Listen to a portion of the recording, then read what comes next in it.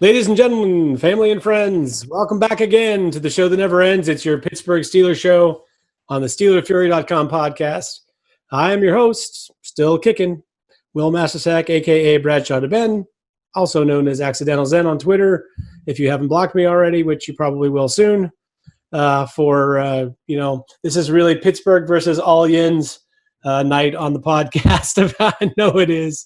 And who better to join in that with me than some excellent cohorts, the best that I have managed to pay off. Starting at first base. Starting it off from somewhere in Pittsburgh suburban zone 22, which may or may not be under several inches of snow. His name is Steel Perch. He's with us. How are you, sir? I'm just TikTok dancing my way into your hearts. You're dancing all over my logo.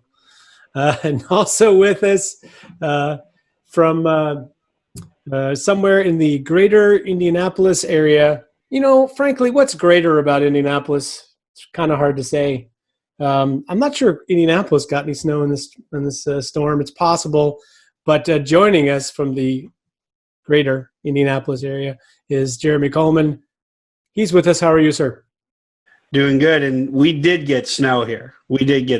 So nice. I should have said from the state where their football team apparently doesn't exist, Indiana. Mm-hmm. Yeah, they're getting blindsided a little bit. If ever there was a year for an expanded college football playoff where there's all these teams that have played different amounts of games and you don't know anything's really settled before they get to the playoff, wouldn't it have been a perfect year to have God forbid, a 16-team playoff where, pretty much everybody who's off to a good start gets a chance to get in the playoff and lose to Ohio State or Alabama, or Clemson or Notre Dame. Anyway, also with us, I've taken a long time to get to him tonight, so hopefully he's hanging in there with us. He hasn't abandoned us, which he rightfully should have long ago. From the very cold reaches of South Carolina, his name is Dom. He goes by FC. He's with us. How are you, sir? Fucking humbug. Now, you were in a pretty good mood a minute ago when I talked to you. Now you're the Grinch. No, I have flashbacks to the Buffalo Bills game. So yeah, not too nice. Yeah, not the best effort or outcome for the Buffalo game. I'm going to start with you, Perch. What was your takeaway from the Buffalo-Pittsburgh game that we're forced to actually talk about and think about again, which I would rather never think about it again. But here we are on the show. Tell me about your thoughts of the Buffalo Steelers game, the loss on Sunday. Us sucking. End of story, right? I mean, the first half, the defense did everything you could possibly hope to do. You turned over, you got an interception early in the game. You couldn't turn that into any points. We go 1, 2, 3, 4 drives in a row with nothing but punts. Finally, they get the offense going, get a touchdown, basically have a chance to kind of run out that the first half, but they keep sticking to that, that short, quick passing game. And eventually, if you throw the ball 50 times a game, eventually somebody's going to jump a route or a ball's going to get tipped and it's going to get picked and it's going to lead to a huge momentum swing. That's the first pick six that Ben's thrown in I don't know how many years, but that was just a massive, massive swing in that game.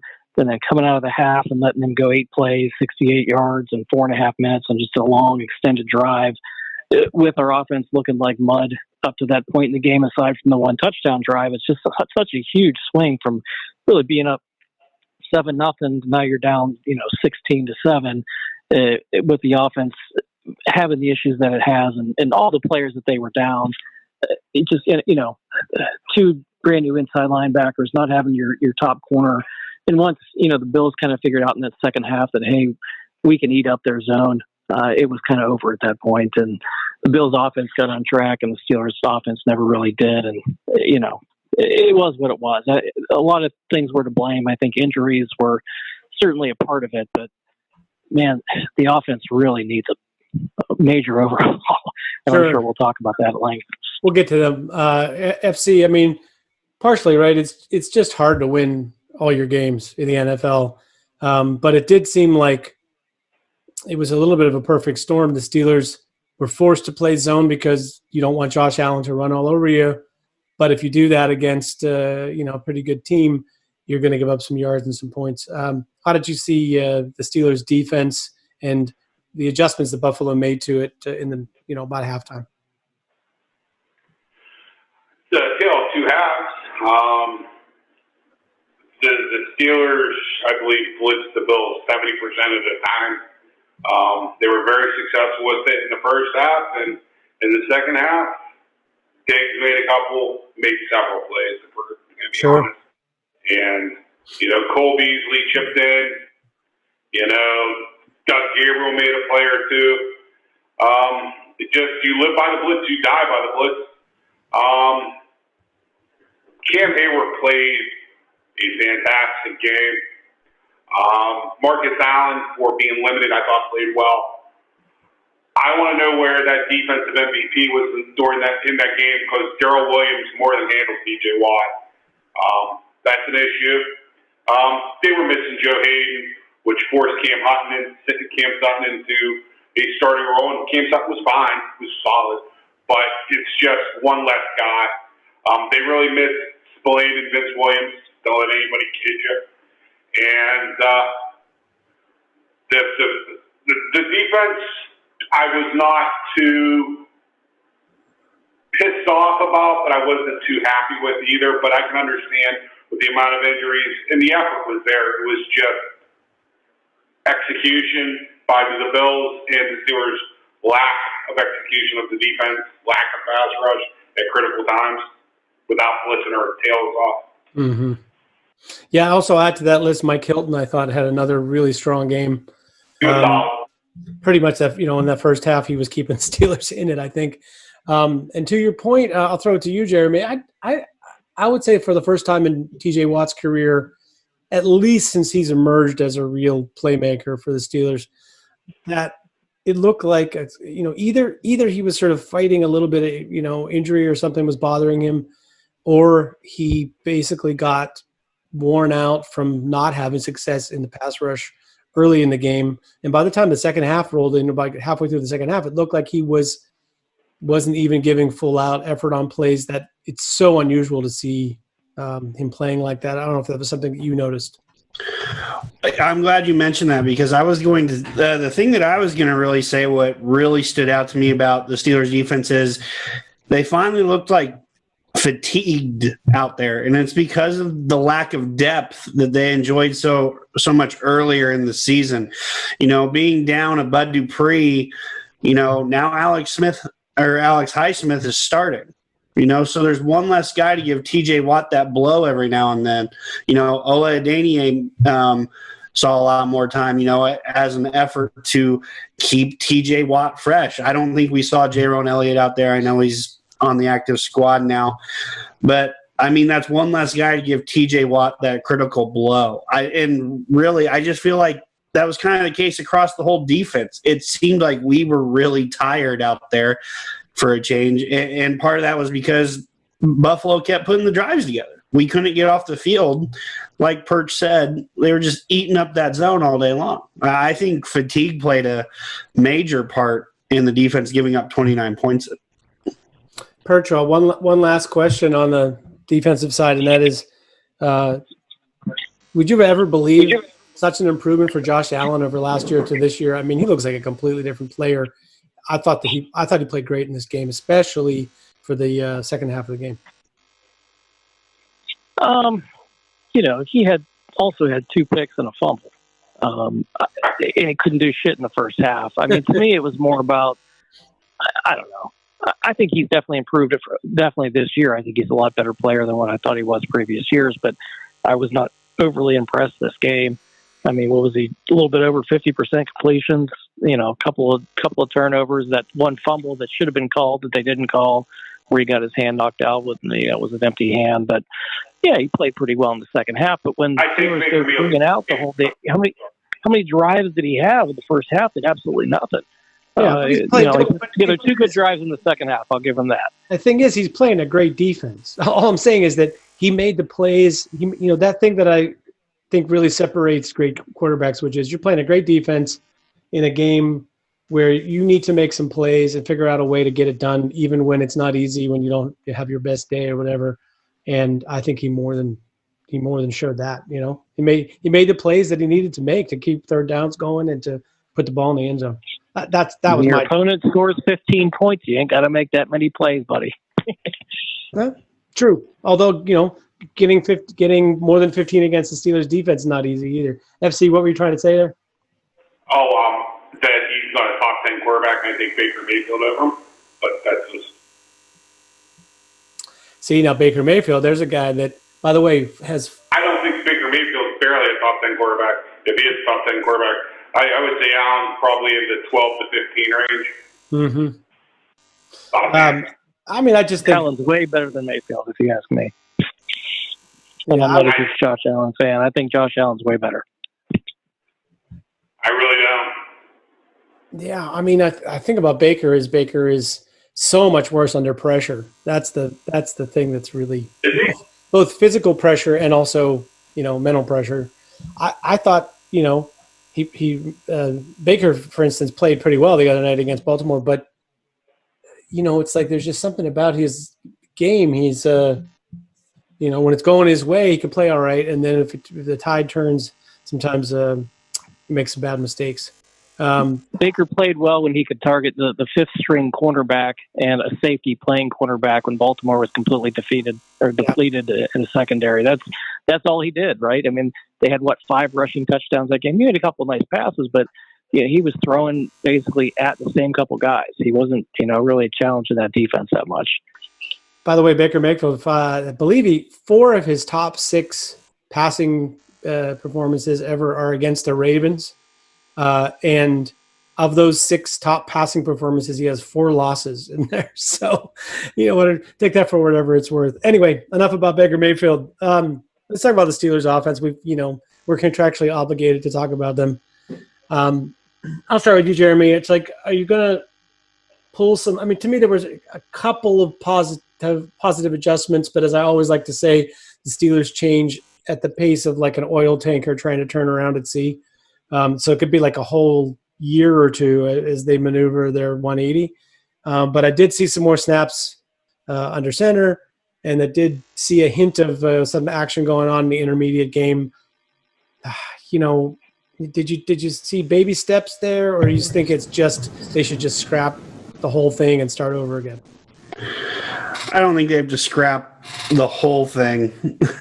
I think what you said, I think we saw baby steps. It did seem like the running game had a little bit of traction. That's all I'm going to really give them credit for. I don't think it took off or anything. Saw some positive notes there. We're able to actually block some runs. It is what it is. What still gets me, though, is it seems like there's just no lack of urgency until they absolutely need it on offense. As soon as they went down 2 touchdowns, boy, they responded real quick with a touchdown drive. But let's not start out the game that way. Let's not start trying to, be aggressive and get the ball into our playmakers' hands right away. I mean, that's the most infuriating part of it to me. It seemed like one drive they were able to turn it on, and I said, oh, they might be able to come back and make this a game. And then it was like, well, that was short-lived. Yeah. Well, FC, you got the James Conner situation. It's like I want to support the guy. I think he's a good teammate. And there are some things he does really well. I've been actually throughout the course of his career really impressed, especially from year 1 to year 2, the improvements that he made as a pass protector, and actually his feel for the timing in the pass game as a running back. When he's tasked with, you stay in, but if the guy doesn't come, you go out. His timing with that, and he looks quickly for the ball. He does a really good job with that. But this availability issue with his, just being so easily banged up and not dependable to be able to, know that you're going to have his availability. I mean, at this point, does that just trump everything else about him and you just can't count on him being your starter? Yes. I'm going to throw a question back at you. Who do you think the best Steelers running back of all time is?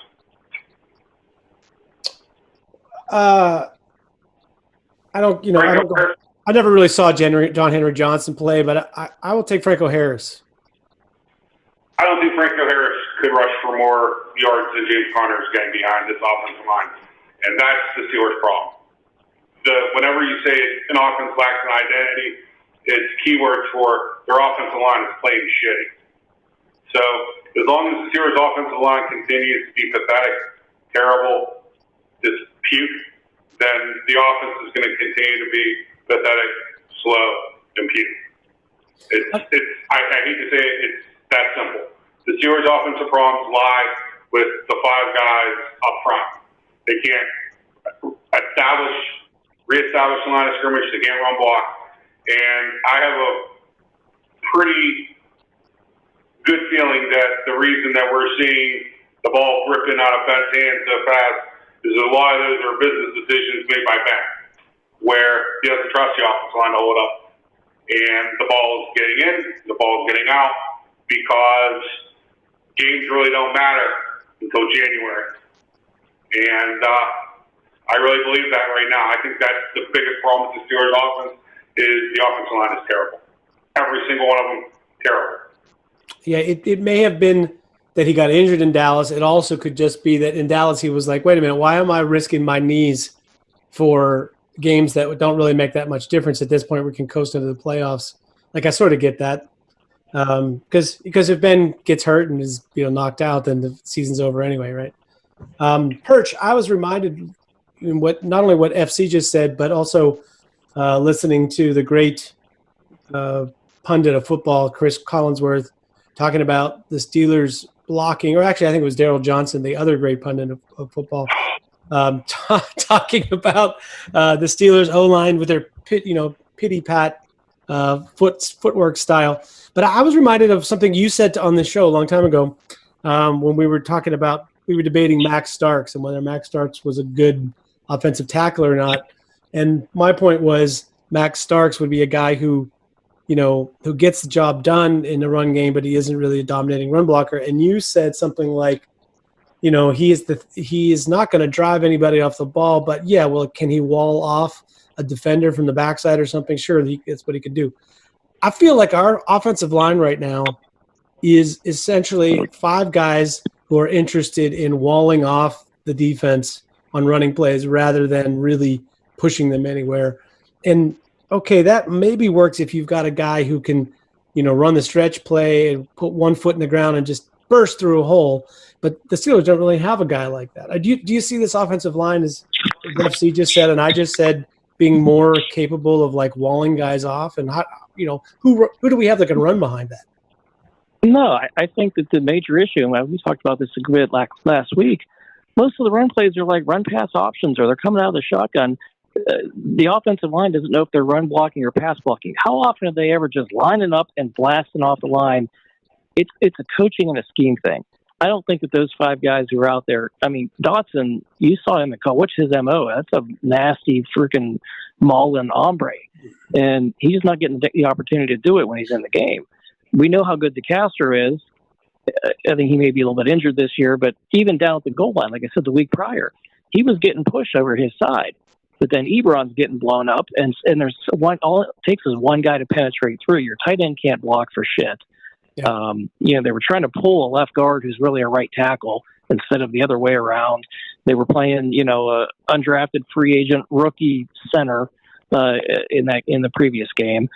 So there's been a lot of issues there, but they're not ever just going into a game. They spent almost $4 million of their salary cap on Derek Watt to play fullback. How many snaps did he get last game? I think it was less than one. So we'll call it zero. So he didn't even play. I mean, they're not using a fullback. They're not just lining up and playing power. It's all everything out of the shotgun, run pass option. Those offensive linemen are made to be passive. So we could sit here and drag those guys through the mud all we want, but they're not really being put in a position to succeed. That comes back to coaching. And even when Tomlin was asked, hey, are you going to throw the ball downfield or are you going to establish the run? And he's like, well, we have to make first downs first. Like, yeah, you know what? Let me throw the ball 3 yards at a time, and if we make 2 or 3 first downs, then we're going to take a shot, and then we're going to run the ball. That's bullshit. It really comes down to scripted plays and what your offensive coordinator is paid for. How many touchdowns do the Steelers have on the first drive of a game in the last 2.5 years? I believe their answer is 1. Yeah.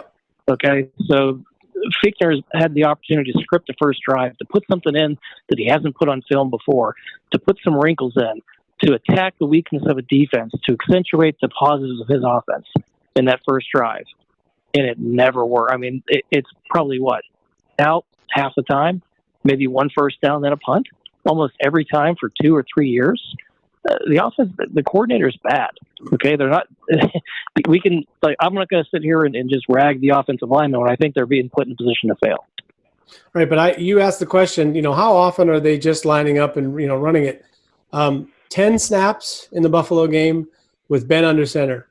If I believe I have my numbers correctly. I think they had 3 completions to Juju that were all pretty good. One of them was 20-some yarder on play action. And they had, I think, 7 runs averaging 2.75 yards a carry. So all I'll say I'm not going to disagree with what you said because I think there's merit to it. But even when they just lined up and they're going to run it and, whatever, they're still handing off to guys who are, there's a hole there that's worth 3 or 4 yards and or maybe 1 yard and they're averaging 2.75. You know what I mean? Yeah, they're not. I think we've established it's the worst running back crew in the league. I mean, it's just awful. James Conner, bless him, his best football days were left on the field at Pitt. He came back and had a little resurgence a year and a half, maybe 2 years in the pros, but he's toast. Benny Snell's slow as shit. Jalen Samuels isn't even a high school or college running back, and they got him as their third back. So it's a mess. Yeah, I think you might actually see some more Jalen Samuels this week especially if Connor's injury lingers. So Jeremy, we've beaten this horse pretty dead on the show, but they're gonna have to. They're not going to be a dominating run team this year. I mean, I think that ship has sailed. But what? I guess the question I'll ask is, how good do they have to be running it for you to feel like their chances of actually winning important games in January and or February are going to be? They just have to be more efficient with it. They need to be – they could run it 12 times a game, but to me, as long as they're averaging somewhere between 3.5 to 4 yards a carry, the running game has to at least chip in with, I feel like, at least 75 solid yards a game.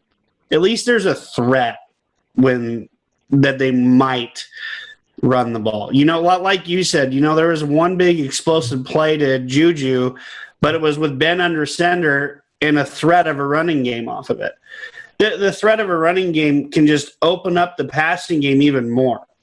So like you said, I think that was on a play action pass. I didn't know that existed in the Pittsburgh offensive scheme, to be honest. They even made a point of it in the game. The announcers made a point of it in the game, I think, to point out the fact that the Pittsburgh Steelers run almost no play action. Right. I mean, it can just be such a huge thing for an offense. And a lot of teams use play action to generate big plays, to get people into mismatches, to get people a foot or so late. I feel like when we stay in shotgun, no one is a step behind unless we win our one-on-one matchup. It's not schemed to get a guy open. Yeah, it's a hope fake. we get him open. Basically, it's either a pump fake or somebody falls down. That's how you get a guy wide open from there. Right. There's just no – we've got to start putting defenses in a disadvantaged position, and we just aren't doing that when we're dropping back 50 times a game because they can just sit and drive on the ball all day long. Get them backpedaling, for the love of God.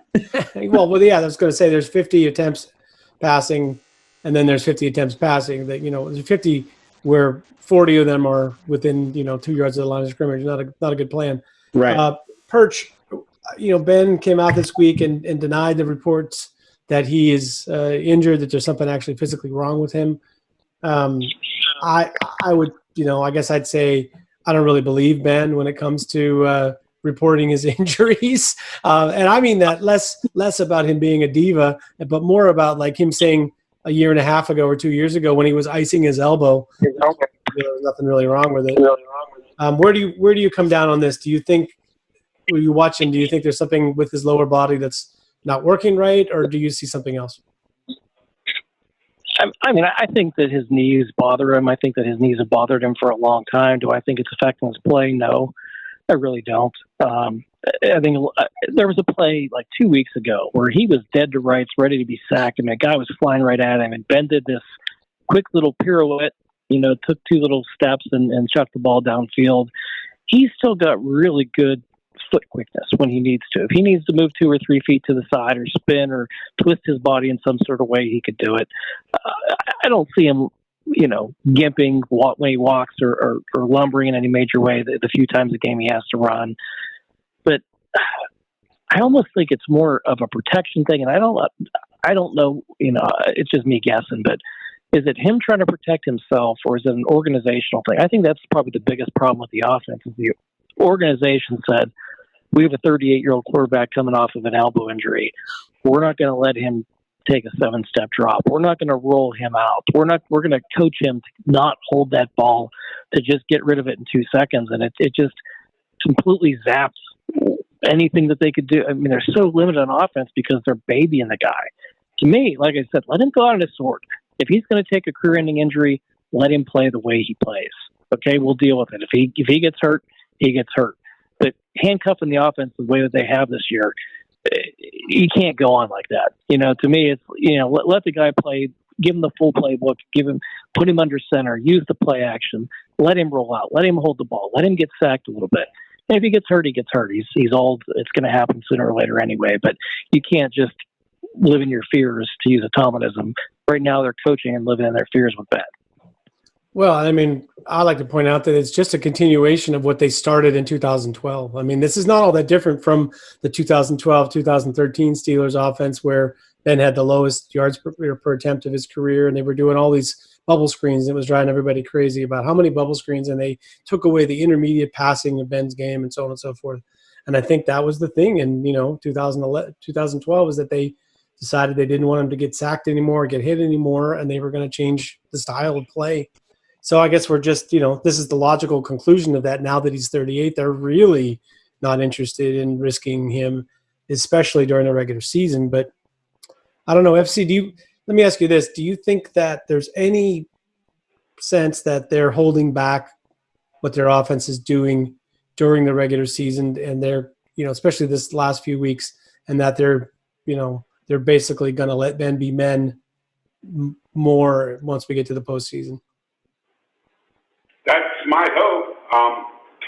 I'm not certain of it. I also agree. I agree with most Birch's point where I don't think Ben. I think Ben's not stepping in the throws because a lot of times he's going to get absolutely destroyed and demolished as the interior offensive lineman get walked into his lap.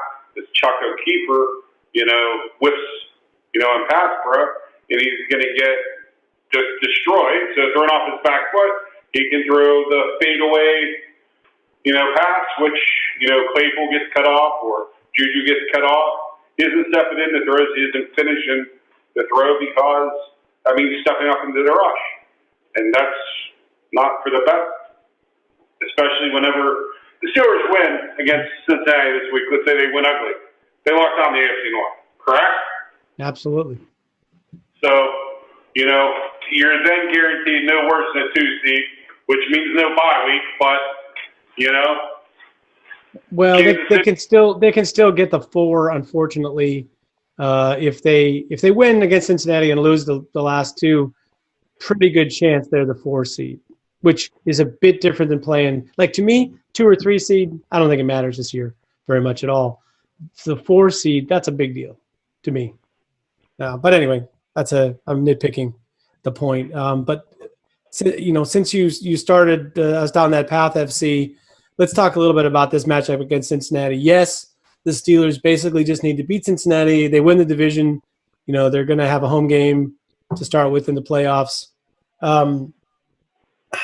it's like, is it wrong to think of this game, FC, as a game to almost like an exhibition game where you're trying to work stuff out? Because we're pretty much in agreement, right? That Cincinnati is not even like at the Washington football team or New York Giants or Philadelphia Eagles level in terms of being able to compete right now. Defensively, I think this is a game where you work on your basics. You don't show blitz. You work on your coverage. You mix your coverage schemes. You work on fundamentals. Offensively, this is where you begin showing your identity. And I believe that identity has to start with the offensive line.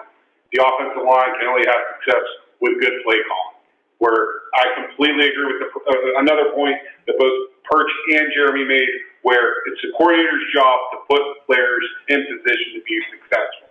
You have an experienced quarterback. If you have more than 8 in the box, you throw the ball. If you have less than 8 in the box, you run the ball, unless it's third down and 9. You go back to basics and you just fundamentally play smart football. How many times we say how many times the Steelers have been on the shotgun? I wonder how many times they've been out the pistol. Remember that pistol formation? How much Ben liked it. Yep. I don't remember seeing too much pistol this year. Very few, a couple times, but very few. Yeah, that seems like just in general, it just seems like a week where if you got anything to work on, you have the extra day during the week, and then you have maybe a chance to to put some, install some stuff for this game that can take you somewhere later. But Perch, Fichtner was, in his, I don't put too much faith in any of these Zoom calls or press conferences with the Steelers. They don't really reveal a whole lot of stuff, but he mentioned something about working on the deep game today in practice. But I just like to point out that Ben Roethlisberger did not practice today. So if you're working on the deep game, you're just working on the guys catching the deep ball. Maybe they think that the catching of the deep ball is more of a problem. And maybe I'm even inclined to agree with them. What's your take on new stuff, practicing the deep ball without Ben, all that? Yeah, I had a spy down there. They put all the receivers 6 yards away from Mason Rudolph and called that the deep game. Well, for Mason Rudolph, it might be. Yeah, Mason Rudolph, 6-yard pass, deep pass. Fichtner was a little bit nervous, but he agreed to do it.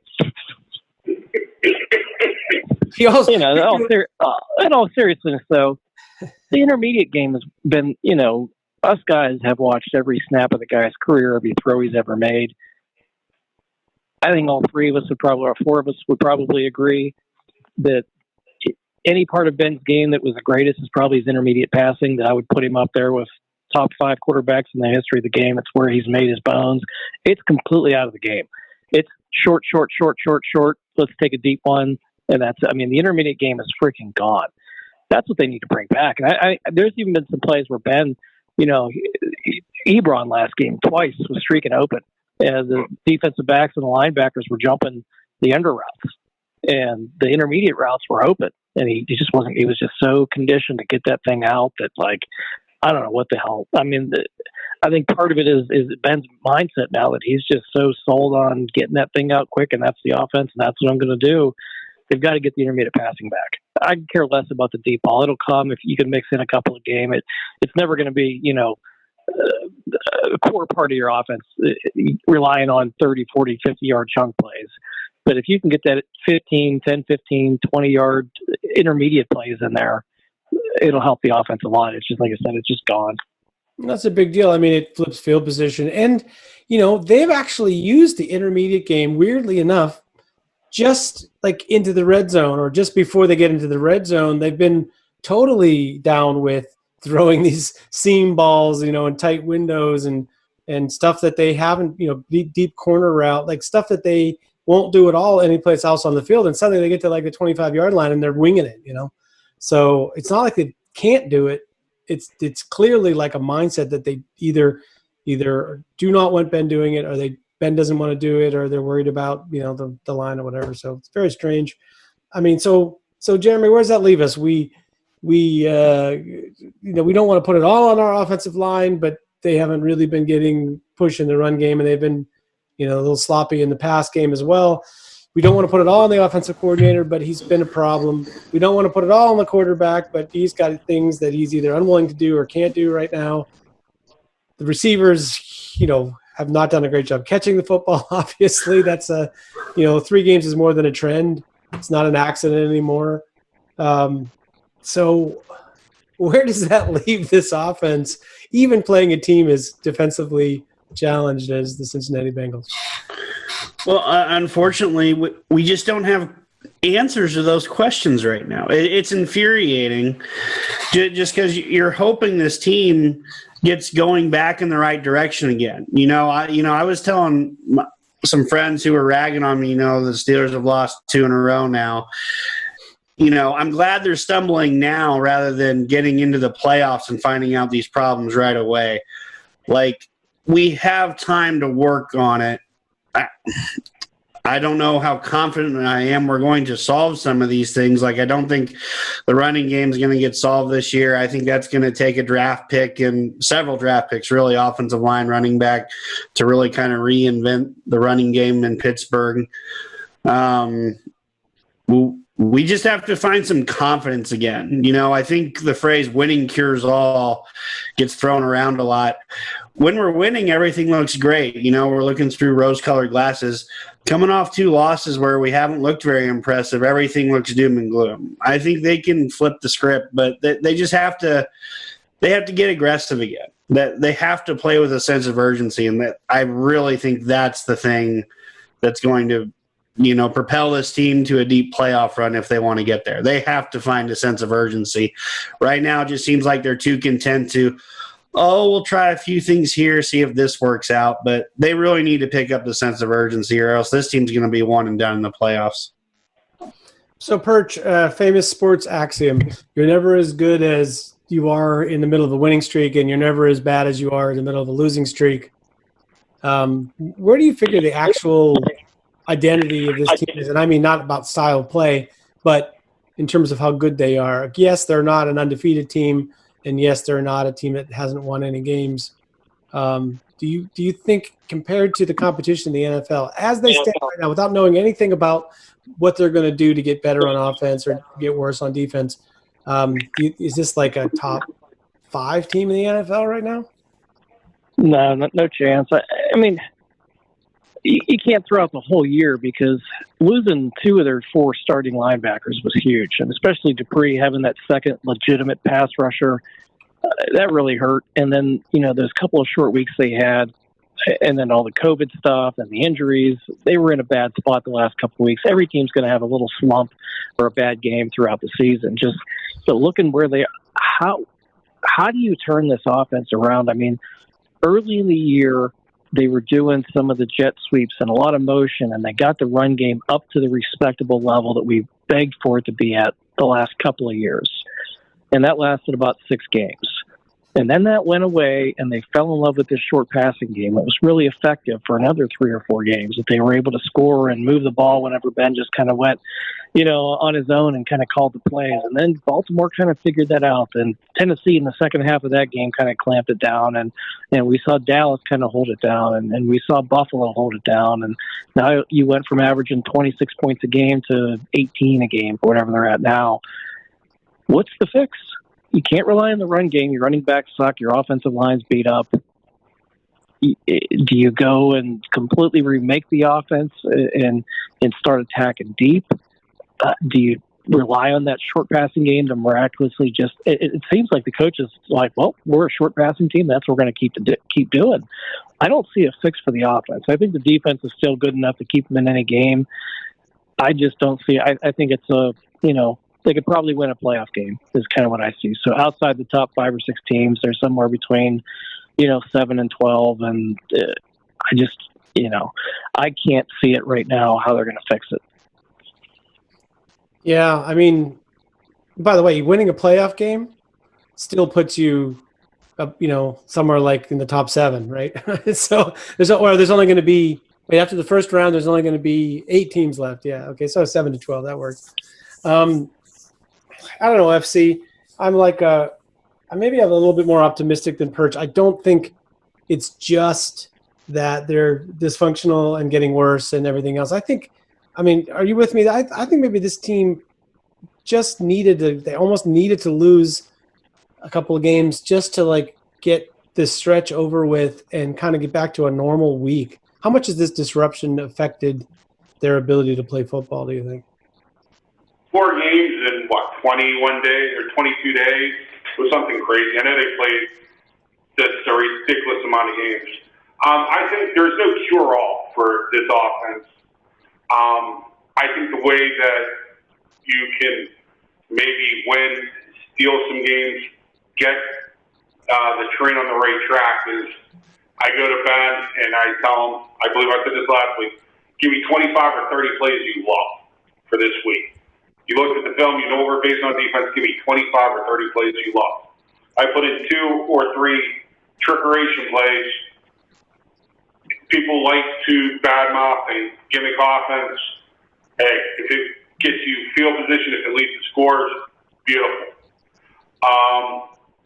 I think that you're going to have to change formation, and I believe that you're going to have better usage of personnel. I don't care if we have to alternate Chase Claypool and James Washington every play. I'm going to take the top off of the defenses every single play.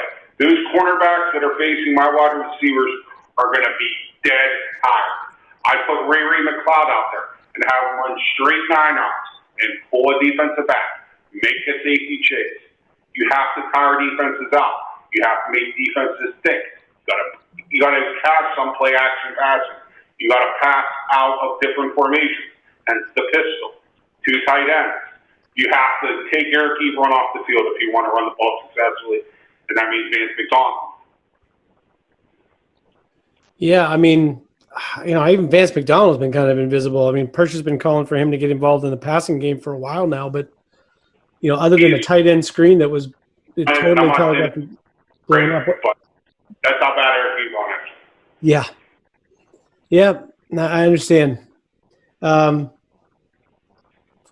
side question for you, Perch. Do you think there's any chance Eric Ebron and Vance McDonald are on this team next year? Just out of curiosity. I mean, somebody's got to play tight end, and boy, they're going to have I don't even want to think about the end of the year. The salary cap is going to be a major issue. They've got a ton of basically the whole offensive lines of free agents. Both nickel or slot corners are free agents. Bud Dupree, Juju. I mean, there's just so many issues. They need a tight end, but I mean, to draft one who's going to start, you probably got to go in the first 2 rounds. They need running backs. Like I said, this is probably our last best chance to win a Super Bowl with Ben. And it's going to be a messy offseason. Yeah, well, enough about the offseason, but Perch, I'll go back to you just real quickly. Chase Claypool hasn't played that much in the last couple of weeks. I think he had his 2 lowest snap numbers in months, somewhere in the sort of 40 snaps range, which is maybe a little less than half the snaps I think last week. Do you think this is some sort of they're unhappy with him a little bit and it's a message to him, or they saw him get sort of outworked physically a little bit and they want to see another guy, get more James Washington? How do you account for this when the offense is struggling and Chase Claypool isn't playing as much as some other guys? I just think he doesn't really fit the offense they're trying to run. I mean, why would you want a big, fast guy who takes the top off of the defense when all you run is 3-yard routes? I mean, what the hell's the point? That's how I look at it is, give us the short little quick guys who can get open within 2 seconds because we're not throwing it deep anyway. They're completely misusing the guy.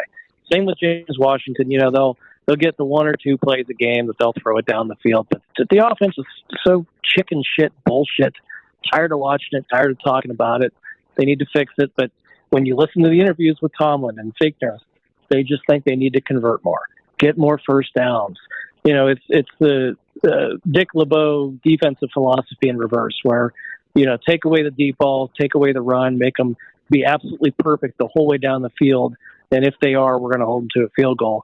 That's basically what the goal of our offense is now, is dink and dunk and move it 3 yards at a time. And you got to be perfect to score any points. It's madness. Yeah, I'm sorry, Jeremy. I'm going to give you the last word on this matchup. We haven't really talked that much about Cincinnati. What's the latest with them? I know that Geno Atkins is not going to play in this game, and of course Joe Burrow's long gone. It seems like there's been a sort of a resurgence of AJ Green, which is crazy how disappeared he's been. He's sort of, I guess gone over the edge to the end of his career. Maybe just give us the last word on this matchup with Cincinnati and what you think they can or can't do against the Steelers right now. Well, Brandon Allen will be starting at quarterback again this week. He doesn't inspire a lot of confidence in the passing game. I thought T. Higgins was having a really nice season for Cincinnati when Joe Burrow was there. Hasn't been able to produce at the same level now that there's been a dip down at quarterback with Brandon Allen there. No Joe Mixon again. It's Gio Bernard, another guy we're familiar with. We've seen him a lot these past few years, playing in relief for Mixon in some cases. Like you said, A.J. Green has found a way to produce here in the last few weeks. And talk about a guy who I had written off at the beginning of the season, didn't look like he was even interested in playing in the NFL to begin the year. They don't really have anyone at tight end. Drew Sample's a nice blocker, gets open occasionally. We've kind of rounded out their offense. Defense, they're just young. William Jackson is one good quality corner they have. Mackenzie Alexander's been okay here and there, but this should be a game Pittsburgh should win decisively. Should being the operative keyword. Yeah. And actually, FC I lied. I'm going to give you the last word. Is this the game that the Steelers have to win decisively to feel good about themselves? Is there a scenario in your mind where they play well?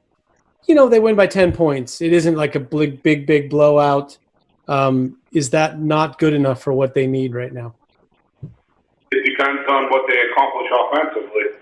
If they win, let's say 17-0, but we control the game with the run game. We get the run game established. No injuries. They'll take the win. Be happy. It's a win. It's a professional league. You just got to hang the wins. Make the playoffs. Check. Win the division. Check. Those are two of the goals that you probably had coming into the season that you can accomplish with a win. It's a good last word on that subject. And I think with that, we're going to get back a little bit later to our predictions for the Steelers-Bengals game and our predicted scores. But first, it's time for the illustrious pick segment brought to us by Sports and Shit. Go to sportsandshit.com to find what you're looking for. It's also brought to us by, we're going to skip the NFL referees, by Anthony Bugger McFarland, who has the nutsack to call the entire unit soft. Called Pittsburgh Steelers offensive line soft. Well, it sounds like you're not that far away from him. You don't think they're playing very well right now, but you don't think they're soft. It's between me as a Pittsburgh Steelers diehard fan calling him soft, and that piece of shit that had Alan Fanica's foot drove so far up his ass as the Steelers rushed for 250 plus yards against that overrated garbage fucking defense they had. There's a big difference. It's like me making fun of my retarded nephew. I can do it. Anybody else makes fun of my retarded nephew, we're going to fuck them up. I'm allowed to badmouth the Steelers. You're allowed to badmouth them. Ravens fan is not.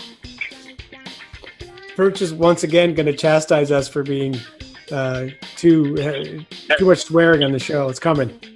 Oh, I thought it was going to be about the retard. Well, that too. But you guys know I'm completely politically correct. I will never say anything offensive to anybody. So I'm deeply offended by this program. Hey, it's our Beano Cook. When Beano was on ESPN back in the day, some things were said, and you're just like, yeah, that's Beano. All right. Well, it's not Jimmy the Greek. Speaking of Jimmy the Greek, maybe we should talk about some point spreads and pick a couple of games. There's almost nothing really interesting on this schedule. There's one game this week between two winning teams. So I guess let's start with that. That'd be your Kansas City Chiefs, a 3-point favorite at the New Orleans Saints. I'll start with you, Jeremy. I personally cannot believe that Drew Brees is ever going to play football again. He must really want the chance to go out a winner because his injuries were crazy, man. But he is practicing this week, and he may or may not play in this game. What's your take on Kansas City at New Orleans? Well, I do think the Saints have a better chance of winning. I think if Drew Brees is back there, I think that the Taysom Hill offense, had success initially, but I think good teams have started to kind of figure that out. The Kansas City Chiefs has actually played pretty decent defense here over the last month. I'm going to take the Chiefs. The Chiefs just have the better offense at this point. I think if Taysom Hill plays the majority of snaps, I think they are going to have a game plan to kind of neutralize him. If Drew Brees does suit up, man, I really hope he doesn't get hit again like that, because I thought he was done when he broke 11 ribs, right? I mean, that's insane that he's that's already. Like Joe Theismann's leg, man. At some point, it's like, do you value your personal health at all? Do you want to see your next birthday? Yeah, I guess. Perch, how about you? How do you see this game?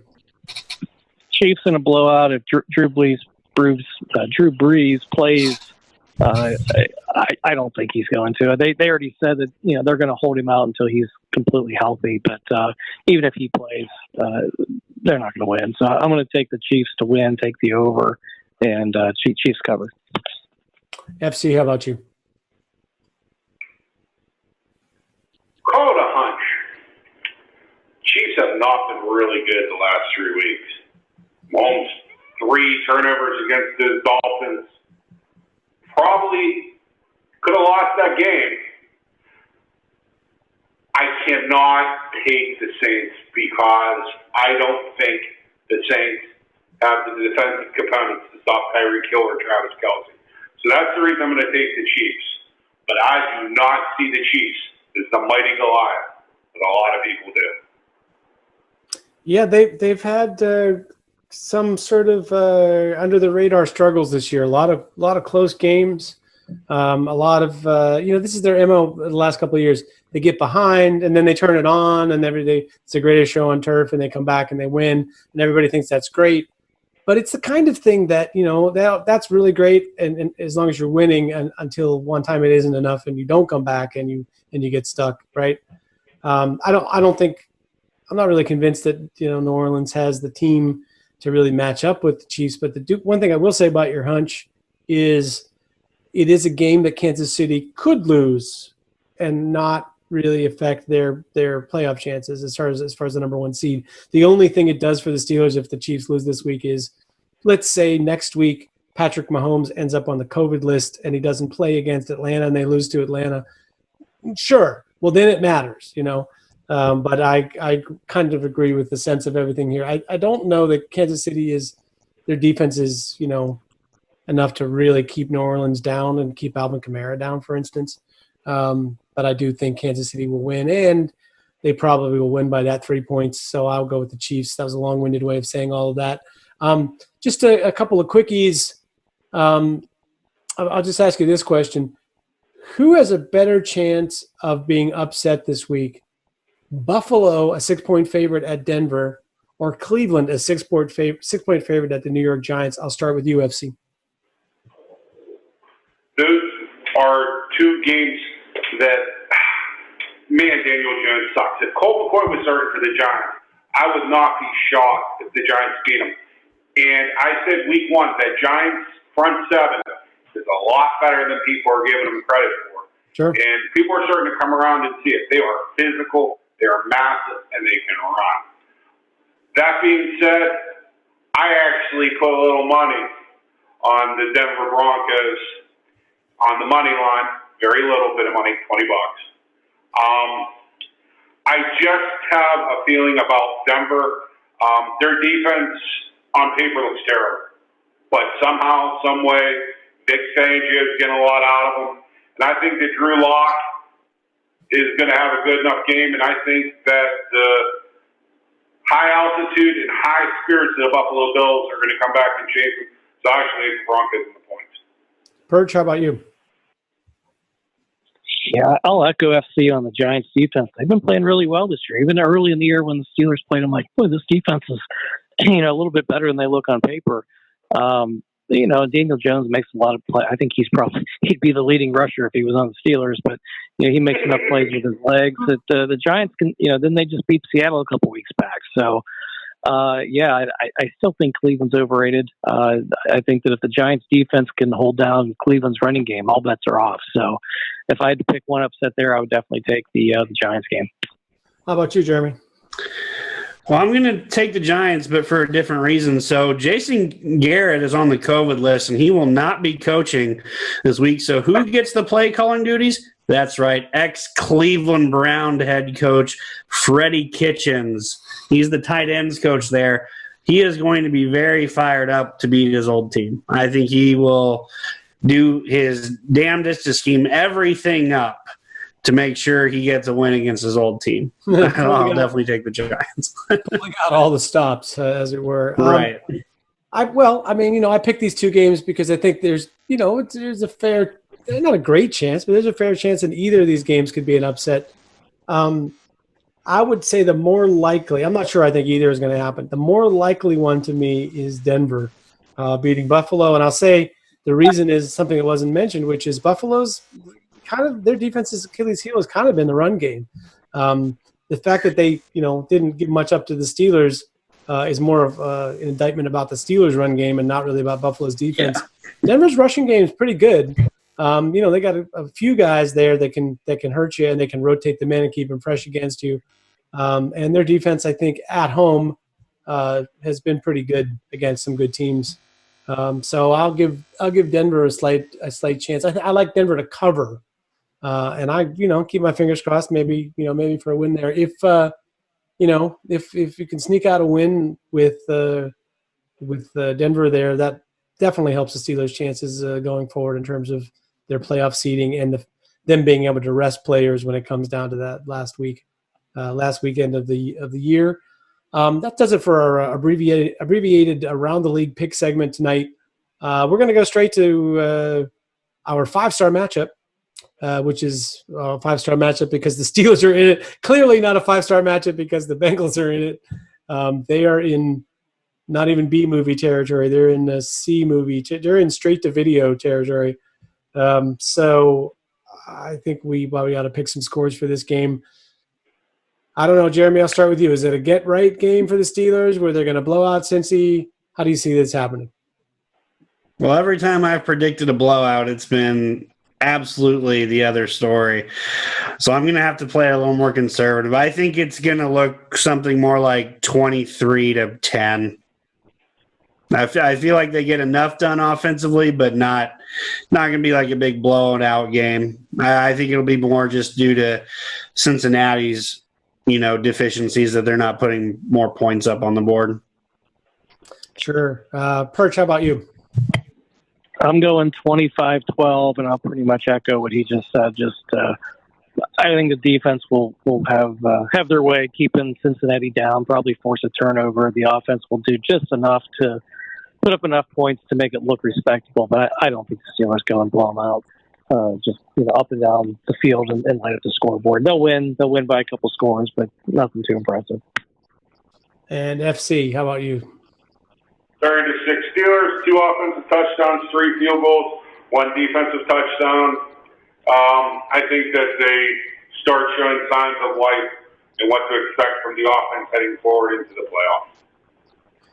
I don't know. I started when the moment that the gun sounded on the Steelers Buffalo, I had a thought pop into my head for Steelers Bengals that was 20-10.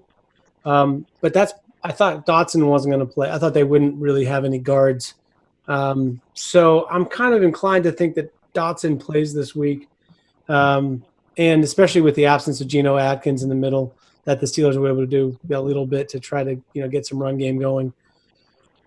I'm gonna stretch it to 27-10 for the Steelers. I think you're going to see some pulling of the starters of the Steelers defense in the maybe the last third of this game. I hope that they can get themselves enough of a lead that they can get some depth guys in there and give their top defenders some time off, because I think they're going to need it coming up for the last 2 games that are coming into the playoffs. So yeah, I'll make it 27-10 Steelers. Not necessarily a super impressive win, but that's in the NFL, 17 points is a huge win, and we all ought to keep that in mind. Even with a really poor opponent and a really good team, it's rare to win by 17. So I guess I am in a way talking about a blowout. Final thoughts. I'll start with you, Jeremy. Just please run the ball this week. Let's find something in the running game to give us some hope going forward. This is the team that we could do it against. I feel like that could get the ball rolling. Please run the ball, and please run it well. FC, how about you? I would advise Henri Mondu to get a haircut.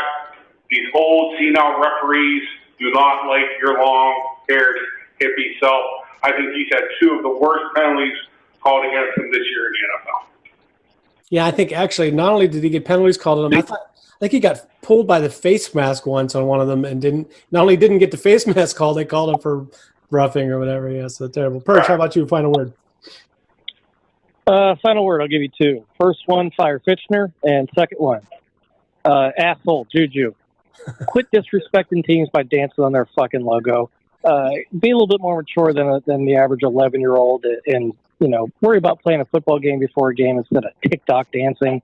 What the fuck's wrong with these kids these days? Get off my lawn. And here's the best part. Juju, I think, is a really good kid. So it's funny. Like, I completely agree with you that it's just unnecessary. And if it causes you any kind of, trauma, not worth it. My final thought is just, when the season started, I was like, don't write off Jalen Samuels just yet. He's going to make this team because, he's a good special teamer and he offers something that the other guys don't offer, something a little bit different. And I was like, at some point before the year's out, everybody on the roster will figure out a way to contribute in a way where you're like, wow, there was a moment there where we needed that guy. I kind of think this is the moment for Jalen Samuels. I feel like it's a moment where he can do a little bit of a lot of different things. He doesn't necessarily do any of them that great, but that versatility definitely helps where the Steelers are at right now and what they're trying to accomplish next and getting better, because when he's on the field, you have, a little bit of a threat of some things in the pass game that you don't have without him. And actually, I think he's been running okay. Like better than, more like his form of 2018 than his 2019 form. And right now, if Connor's not 100%, I have zero faith in Benny Snell, and Anthony McFarland is yet to really show. He had one game where he had some runs and looked good doing it, and the rest of the time he's been missing the holes and falling down and doing stuff that, I'm not a fan of as a running back. So I feel like this couple of weeks here would be the Jalen Samuels moment where you're like, okay, I'm glad he's on our team. And, still hope he gets upgraded next year, maybe. But that's my final word. Gentlemen, Jeremy Coleman there in Indianapolis, mourning his Indiana Hoosiers season. Perch in Pittsburgh with a sore back from digging out his driveway. And FC, who lost weight this week by A, shivering from the cold, and B, shaving his beard for good luck. Gentlemen, for all of you, thanks for being here. Appreciate it. Great show tonight. Thank you to everyone who tuned in from both Steeler Fury and from the Twitter world and every place else that joins us on Spreaker and other places where you get your podcasts, YouTube. Join our Facebook group, and you'll get live videos every week from us doing this stupid show. And in the meantime, let's talk again next week after a fantastic Steeler victory. I am your host, Bradshaw DeBen, a.k.a. Will Massasack, a.k.a. Accidental Zen on Twitter, saying, go get them, Steelers. Go Steelers. Here we go. Let's go.